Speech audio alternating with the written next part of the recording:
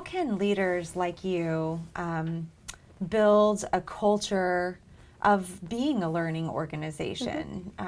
How do you do that in your role as VP of L&D, but also encourage your team to do that and to create that culture of learning throughout the organization? I sometimes talk to people and they're like, oh, there's not a culture of learning here. People don't care about learning in different companies. And that always makes me like, really? How? Because I feel like anyone I've ever interacted with loves like access to learning. So like I've never met someone that's like, I don't want to learn a new thing. Like I don't want to like learn something that's going to help me in your job. I think it's all about how you position something to someone.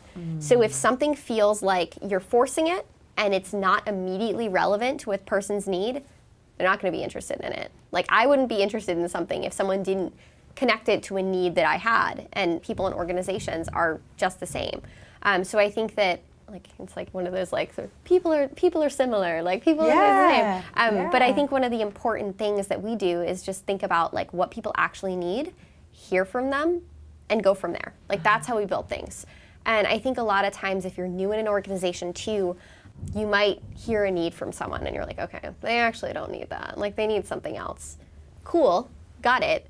But probably like to start, just to build up your reputation, why don't you first focus on that thing? So if someone tells me like their most important thing is like training their team on, I don't know, like public speaking, and I'm like, wait, they don't need that, they need this. Like, cool, that's my opinion. It's not what that person, my client, has expressed. So why don't I first focus on that thing, do it well, so that I've built a client there that like actually trusts me and likes me. Then when I'm like, hey, you actually might need this thing, they're gonna trust me because I've executed and delivered for them. Yeah. Again, we don't like I don't love to use the word like training because it feels so formal. I think just hearing what challenges people have and actually coming up with solutions is what actually drives your reputation.